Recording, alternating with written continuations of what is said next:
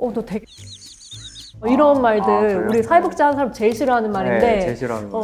확실히 듭니다. F시네요, F. 네, 전 F. 네, T는 아니신 것 같아요. 네. 교수님도 F시잖아요. 네, 왜 저도. F 아닌 것처럼 그러세요? 네, 안녕하세요. 저는 사회복지학과 교수 배정희라고 합니다. 저는 사회복지 행정, 비영리 조직 운영관리, 그리고 사회적 경제 이론과 실제 과목을 담당하고 있습니다. 만나서 반갑습니다. 예, 안녕하세요. 저는 사회복지학과에서 마스코트를 맡고 있는 사회복지학과 김재승 교수라고 합니다. 마스코트 이외에 맡고 있는 직책은 제가 사회복지 정책을 가르치고 있고요. 그 다음에 이제 불안정 고용, 보육 정책, 그리고 일가정 양립에 대한 연구를 하고 있습니다. 만나서 반갑습니다. 마스코트는 누가 정해주신 거죠? 제가 어젯밤에 급하게 정했는데요.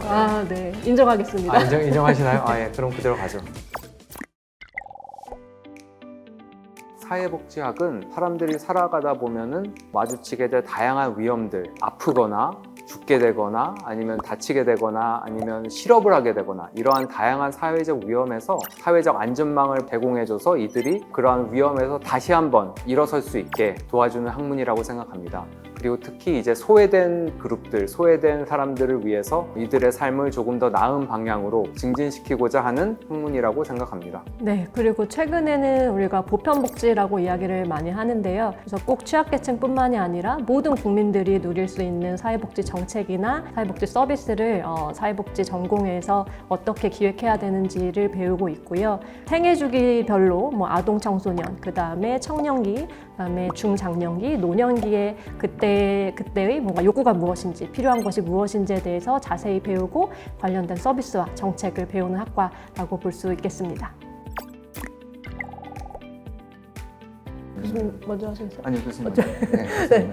일단 우리가 일반적으로 사회복지학과가 아닌 분들이 밖에서 생각하실 때는 사회복지사만 생각하시는 경우가 많이 있는 것 같아요. 그런데 사실은 그렇지는 않고, 물론 사회복지사가 되어서 현장에서 실제로 많은 분들을 만나면서 직접 서비스를 제공하시는 분들, 가장 중요한 분들이 있고, 하지만 간접적으로도 사회복지 서비스나 정책을 만드는 데 기여하시는 분들이 많이 있습니다. 그래서 만약에 대학원까지 계속 진학을 염두에 둔다면 다양한 정책연구소에서 사회복지 전문가로서 연구기관에서 일을 할 수도 있고, 아예 그 국제 사회복지 관련해가지고 국제기구나 이런 데서 일을 하실 수도 있고, 그리고 요즘에는 사회적 기업이나 아니면 사회복지 시설을 직접 창업하시는 창업가분들도 많이 생기고 있어요. 그래서 사회복지는 모든 영역에 약간 열려 있다라는 생각이 많이 듭니다.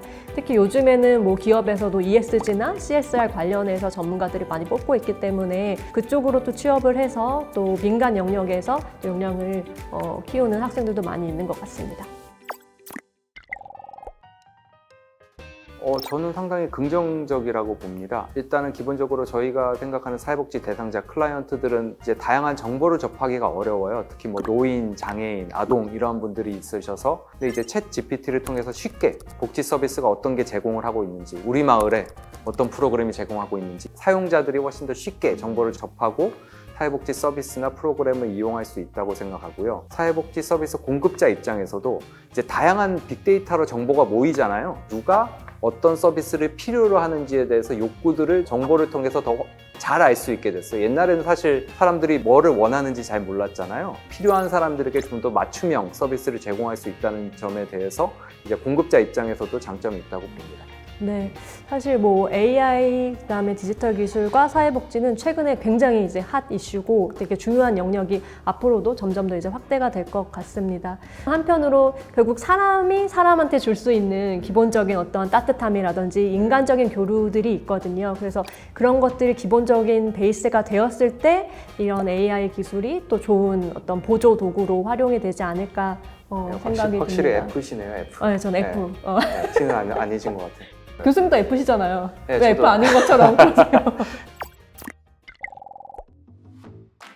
일단 사회 문제를 저희가 계속 분석하는 일들을 계속 하기 때문에 분석 능력은 기본적으로 있어야 될 것 같고요. 그리고 저희가 실용학문이기 때문에 분석에서 그치는 게 아니라 어떤 문제를 해결하는 해결책을 도출해야 되거든요. 그래서 어떤 기획 능력이 필요할 것 같고, 마지막 세 번째는 뭔가 창의성이 필요해요. 그리고 요즘에는 너무나 또 많은 신기술도 개발되고 있고 다양한 방식으로 취약계층들을 도울 수 있기 때문에 본인의 이제 창의성을 가지고 여러 가지 혁신적인 사회 서비스나 정책을 만들어내는 게 중요한 것 같아요. 그래서 이 세 가지 능력 중요하다고 생각합니다. 교수님 아주 어떠세요? 중요한 세 가지 능력이네요.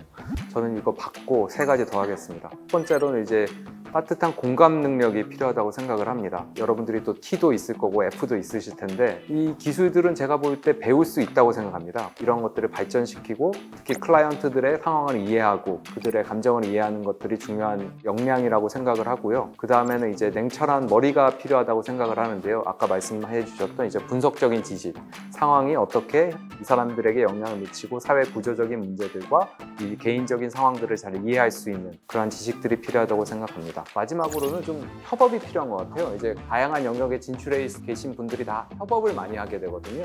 다른 의사, 간호사, 아니면 다른 직종에 있으신 분들과 함께 이제 일을 하기 때문에 어떻게 함께 일을 조화롭게 잘 해나갈 수 있을지에 대한 역량이 중요하다고 생각을 합니다. 저는 직업병이랄 것까지는 아닌데 일단 이제 뭔가 사람들을 만나잖아요. 저는 정책을 했기 때문에 이제 사회 구조적인 것과 이제 개인적인 것 여러 가지 이제 역량들을 살펴보는데 이제 어떤 사람을 만나고 이렇게 이야기를 하다 보면 이 사람이 이러한 것들은 개인적인 노력이나 역량이었구나. 이런 것들은 사회 구조적인 이제 개인의 위치라든지 사회의 어떤 정책의 혜택이라든지 이런 것들을 받아서 이 사람이 여기까지 형성이 됐구나. 이런 걸 이제 좀 나눠서 살펴보게 되는 것 같아요. 저도 좀 비슷한 맥락인 것 같은데 사회복지가 아무래도 사람을 연구하는 학문이다 보니까 사람에 대한 관심이 많아지는 것 같아요. 그래서 저는 지하철을 타고 출퇴근을 하는데 지하철에 이제 사람들이 쫙 앉아 있잖아요. 그래서 어떤 사람은 좀 화가 나 보이고 어떤 사람은 힘들어 보이고 또 어르신들도 있고 또 젊은 사람들도 있고 이제 다양한 사람들이 있는데 그런 사람들은 어떠한 지금 환경 속에서 지금 이 자리에 있는 걸까? 막 약간 이런 생각을 많이 하게 되는 것 같아요. 특히 화가 나신 분들을 보면 저분들은 왜 화가 났을까? 이런 것들 이제 생각하게 되고 직장에서 힘들었을까? 아니면 누군가가 어려운 부당한 짓을 했을까? 막 이런 것들을 좀 상상하게 되는 것? 그런 것들이 좀 사회복지적인 게 아닐까 생각이 듭니다. 재밌네요. 네. 사실 사회복지 하시는 분들은 많이 들으셨을 텐데 너 되게 착하다 이런 말들 우리 사회복지 하는 사람 제일 싫어하는 말인데 사실 물론 착하긴 착한데 착하다는 게 부정한 건 아닌데 그것만으로 사실 사회복지를 할 수는 없잖아요. 그렇죠. 오히려 착한 것보다는 내가 사회를 변화시키겠다라는 약간의 좀 모진 마음, 강한 마음이 있어야지 또 사회복지를 하는 게 아닌가 싶은데 그런 얘기는 되게 많이 들었던 것 같긴 해요. 제 와이프는 너무 싫어요. 제가 착하다 그러면. 믿질 않아요. 정확하게 이제 보신 씁쓸하네. 거죠?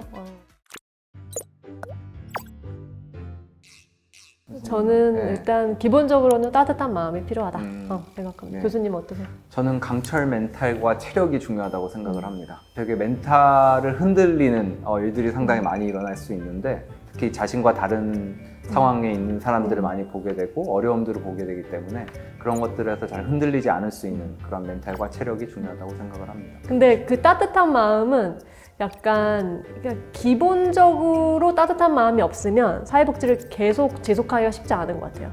그래서 물론 이제 강철 멘탈이나 체력 당연히 필요한데 그것도 기본적으로 필요한 거긴 한데요. 쉽지 않습니다. 근데 이제 장기적으로 하려면 결국에는 다른 사람에 대한 뭔가 애정이나 마음이 있어야 되는 것 같아요. 저희 아까 밸런스 게임에 나왔던 이제 강철 멘탈과 그다음에 따뜻한 마음 이게 없으셔도 됩니다. 저희 학과에서 오시면 저희가 다 키워드리겠습니다. 여러분들의 따뜻한 마음과 강철 멘탈 만들어드리겠습니다. 네, 그리고 뭔가 사회를 변화시키고 싶으신 분, 사회 혁신에 관심이 있으신 분은 누구든지 오셔서 본인의 역량을 마음껏 키우시면서 저희 학과에서 굉장히 좋은 경험 하실 수 있으리라 생각합니다. 웰컴입니다. 함께해요.